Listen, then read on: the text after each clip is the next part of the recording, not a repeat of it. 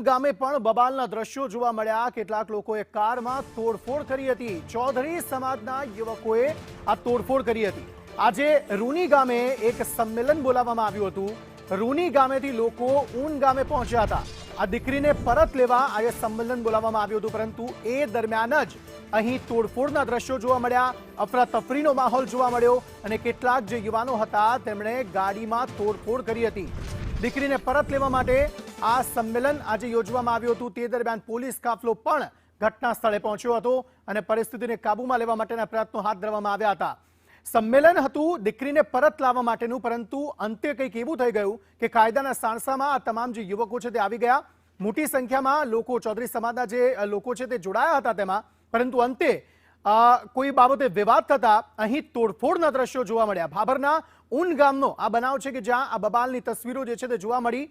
જે આંતરજ્ઞાતીય લગ્ન કરવામાં આવ્યા હતા તેમાં દીકરીને પરત લેવા માટે એ માતા દ્વારા વિનંતી કરતો એક વિડીયો પણ સામે આવ્યો હતો। તે બાદ આ તસવીરો જે છે તે સામે આવી છે। દેવરામ વધુ માહિતી આપી રહ્યા છે। દેવરામ, જણાવશો શું વધુ વિગતો?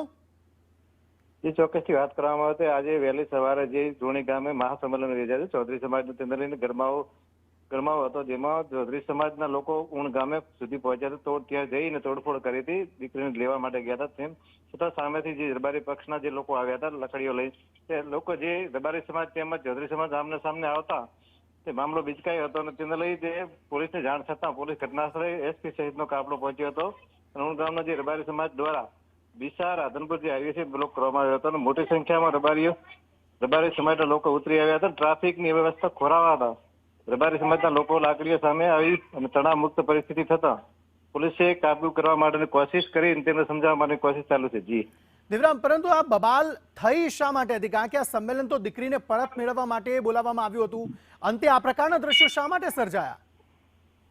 ચોક્કસથી વાત કરવામાં આવે તો જયારે સંમેલન ચાલુ હતું, શાંતિપૂર્ણ સંમેલન ચાલી રહ્યું હતું, ત્યારે જે હમણાં આગેવાન હતો તેમના દ્વારા કહેવામાં આવ્યું હતું કે આપણે જે શાંતિપૂર્ણ તે દીકરીને પાછી લેવા માટેની કોશિશ ચાલુ છે, ત્યારે જે યુવા વર્ગ હતો તેને અત્યારે નહીં, અત્યારે જે દીકરીને લેવા જઈએ તો જ, બાકી કોઈ જાતનું ચાલશે નહીં, એ રીતે સૂત્ર બનતો મામલો બિચકાયો હતો। જી પણ આ તોડફોડ જે કરવામાં આવી હતી તે ગામમાં શા માટે કરવામાં આવી? રૂની ગામમાં શા માટે કરવામાં આવી? અને કોણ કોણ આ યુવાનો હતા જેમના દ્વારા તોડફોડ કરવામાં આવી? પોલીસ દ્વારા કોઈ કાર્યવાહી થઈ છે કે કેમ?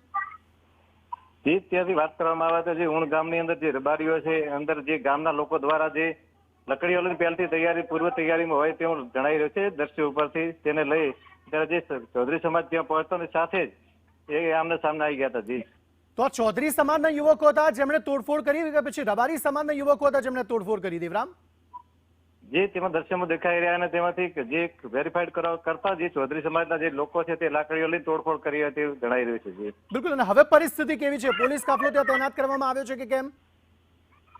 જી અત્યારે એસપી સહિતના બે એસપી છે, પાટણ જિલ્લાના અને બનાસકાંઠા જિલ્લાના એસપી સહિતનો કાફલો ત્યાં પહોંચ્યો છે। ટીયર ગેસના જે શેડ છોડવામાં આવ્યા હતા ને તે કાફલો કાબુ મેળવવા માટેની કોશિશ ચાલુ છે। જી અને સંમેલનનું શું થયું? દીકરીને પરત લેવાની જે વાત હતી તે સંમેલનનું શું, તેનો કોઈ નિષ્કર્ષ નીકળ્યો ખરો? સંમેલનની અંદર જે આગેવાનો હતા, આગેવાનો માનવું એવું છે કે આપણું કોઈ જે ચર્ચા વિચારણા હતી તે કોઈ ધ્યાને ન લેતા આગેવાનો જે ચર્ચા કરી નીકળી ગયા હતા અને યુવા વર્ગ જે આક્રોશમાં આવીને ત્યાં ઊણ ગામે પહોંચી ગયા હતા। જી સંમેલનમાં શું ચર્ચા થઈ હતી દેવરામ?